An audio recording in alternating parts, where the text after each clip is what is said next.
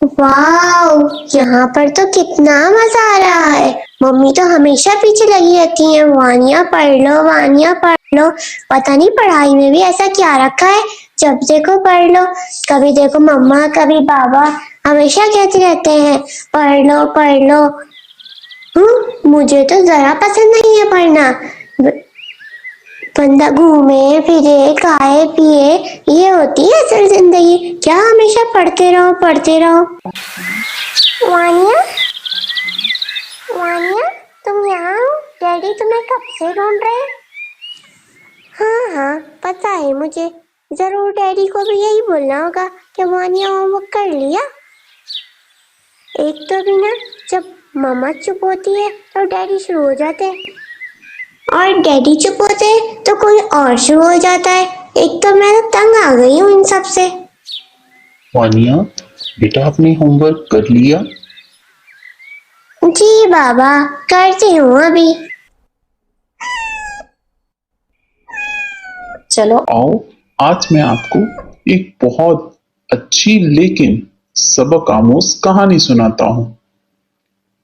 एक गांव था, उसमें बहुत सारे लोग रहा करते थे।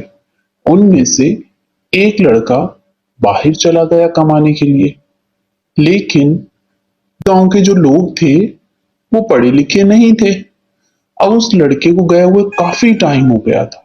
उसने क्या किया, वहां से अपना हाल अहवाल देने के लिए खत लिखा। अब गांव के लोग पढ़े लिखे तो थे नहीं। खत देखते ही कुछ लोग कहने लगे कि ये उसकी मौत की चिट्ठी आई है, यानी वो मर गया है। कुछ लोग कहने लगे कि पता नहीं क्या ये आया है। कुछ लोग कहने लगे कि ये बहुत खुशी की बात है इसमें लिखी हुई, यानी तरह तरह की बातें करने लगे।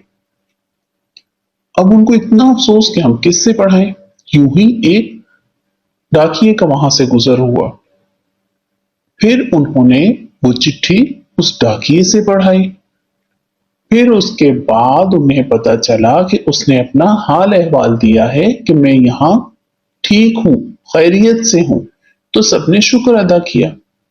बेटा, आपको इस कहानी से क्या सीखने को मिला?